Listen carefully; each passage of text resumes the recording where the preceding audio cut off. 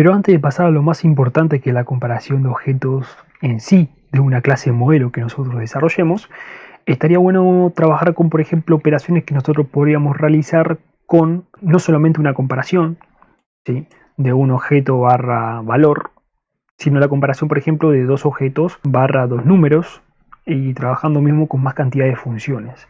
Porque bueno, esto es muy burdo, ¿sí? Realmente no se va a trabajar así, pero bueno, a modo de ejemplificativo está bueno para comenzar.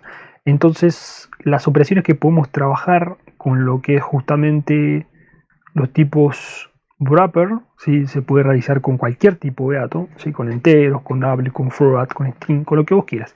Pero bueno, a mí me gusta el tipo de dato double, así que vamos a trabajar con el tipo de dato double. Después podrás ejemplificar vos, hacerte alguna práctica. En este caso, no, voy a copiar esto y lo voy a llevar acá. La diferencia que los predicados lambda de tipo decimal, bueno, vamos a dejarlo así como está. Y si voy a copiar un sysouts, una salida, esto quédate ahí, no te muevas. Bien, una salida como esta. Bien, y en este caso operamos sobre un número y comparamos, por ejemplo, su igualdad. Operamos sobre un número y su igualdad. Perfecto. ¿Qué tipo de operación podríamos realizar sobre un número? Bueno, podríamos realizar, por ejemplo, una suma, una resta, una multiplicación, una división, y en base a ese resultado, comparar, por ejemplo, con otro número, como veníamos realizando acá. Si, por ejemplo, es diferente, si, por ejemplo, es mayor o menor, si, por ejemplo, es igual, no lo hicimos, podríamos hacerlo, etcétera, etcétera. ¿Sí? Hay infinidades de ejemplificaciones e imaginaciones que uno se puede realizar trabajando con programación funcional. ¿Sí? A mí se me ocurrieron algunos simplemente para mostrarte que tiene un alcance bastante grande esto. Bueno, predicates, creo que ya lo tenía importada, no, vamos a importarlo. Control space, how about the function, ¿sí? Y al generate vamos a pasarle el wrapper de tipo double. Bien, perfecto. El nombre que podríamos trabajar, decimal 01. Estamos trabajando con otro punto Java. Estamos trabajando con el nombrecito num. Bueno, en este caso decimal 01. N1 para mantener la convención que estamos haciendo. Y en este caso N1 trabajando con la función. Fíjate que si yo invoco gran cantidad de funciones, ¿sí?, pero nos va a interesar a nosotros el punto sum, que sería la función por ahí más conocida cuando nosotros tenemos que trabajar con operaciones numéricas. En este caso nos pide dos parámetros de entrada que son de tipo double, que lo único que van a hacer es simplemente la función extraer esos parámetros, ¿sí?, pide esos parámetros, los toma y los suma, ¿sí?, con el operador más conocido, que es de suma, que es un carácter que también lo podemos utilizar con cadenas, ¿sí?, con strings. En este caso, acuérdate que la programación funcional hace su magia de esa forma.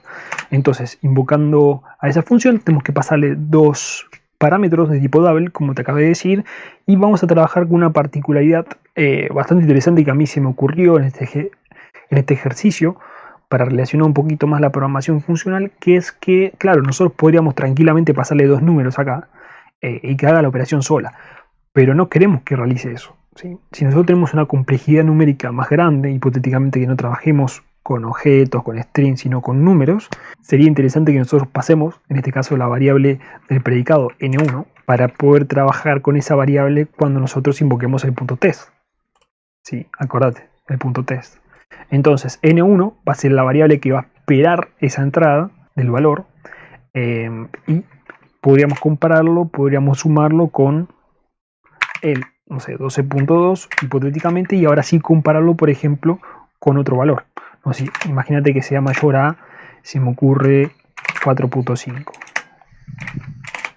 Lógicamente que esto va a ser mayor ya por naturaleza porque tenemos un 12.2, a menos que no sea sum, que sea rest, ¿sí? Y ahí sí podríamos ver si nos da false o no. Pero bueno, en este caso vamos a dejarlo así para que se entienda, y lógicamente vamos a imprimir esto, decimal 01.test, esa variable, punto, invocando a la función test, y hay que pasarle un double. ¿Qué double? Bueno, el que quieras. Por ejemplo, Podríamos sumar el 12.2 con 3.3, hipotéticamente hablando, daría un 15.5, ¿sí? Y 15.5 es mayor a 4.5. Si esto lo ejecutamos al Shift F6, vas a ver que nos va a dar un true, ¿sí? La operación es correcta. Bien, y si hipotéticamente queremos compararlo con un 12 o un 14.5, ¿sí? Acá nos va a seguir dando mayor, ¿sí? Que nos da un 15.5, ¿sí? Es mayor, tenemos un entero más grande. Si esto lo ejecutamos, ¿qué pasó acá? Bueno, al Shift F6, ahora sí. Perfecto, nos da true. Y si lo comparamos con un, no sé, 24.5, ¿qué sucede acá? El 12.5 no es mayor que el 24.5, ¿sí? Entonces, al Shift F6 y nos da un false. Así que bueno, yo creo que es evidente que esto se puede realizar con varias ejemplificaciones. Mismo si le sumamos la complejidad a esto, podríamos trabajar, por ejemplo, no sé, este decimal 0,2. La suma podría ser, por ejemplo, con una división. Sí, se me ocurre. Multiplicamos 24.5 con 89. No sé, 0.1. Ahí.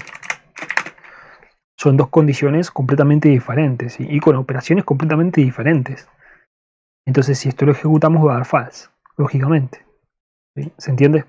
Bueno, podrías sumarlo, podrías restarlo, podrías dividirlo, podrías concatenar más cantidad de números, o podrías concatenar más cantidad de entradas. Eso es interesante.